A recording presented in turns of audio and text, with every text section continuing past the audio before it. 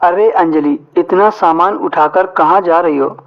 अंजलि ने पीछे मुड़कर देखा तो वो मेरे पापा के बचपन के दोस्त का इकलौता लड़का था। लाओ अंजलि, मैं तुम्हें अपनी गाड़ी से घर छोड़ देता हूँ, उसने आगे कहा। अरे भैया, आप यहाँ क्या कर रहे हो? मैंने पूछा।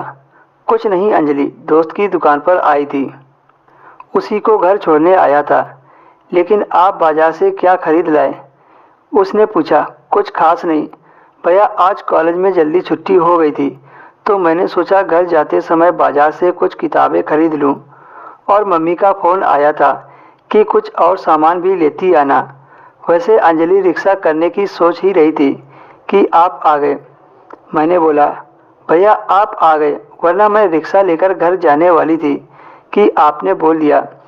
दरअसल अंजलि के पापा और अजय के पापा बचपन के दोस्त थे, एक साथ पले बड़े और पढ़े लिखे थे। हमारे परिवारों में बहुत अच्छी दोस्ती थी। हमारे घर भी पास पास थे और अंजलि की बहन बचपन में उनके घर खेलने जाती थी।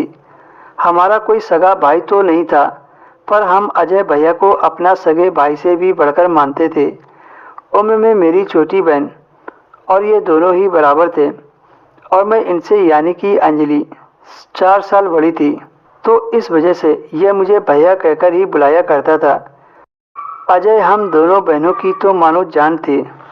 अंजलि की बहन और अजय एक ही स्कूल में पढ़ते थे, जबकि अंजलि कॉलेज में बीएससी कर रही थी और कॉलेज की छुट्टी हो गई थी।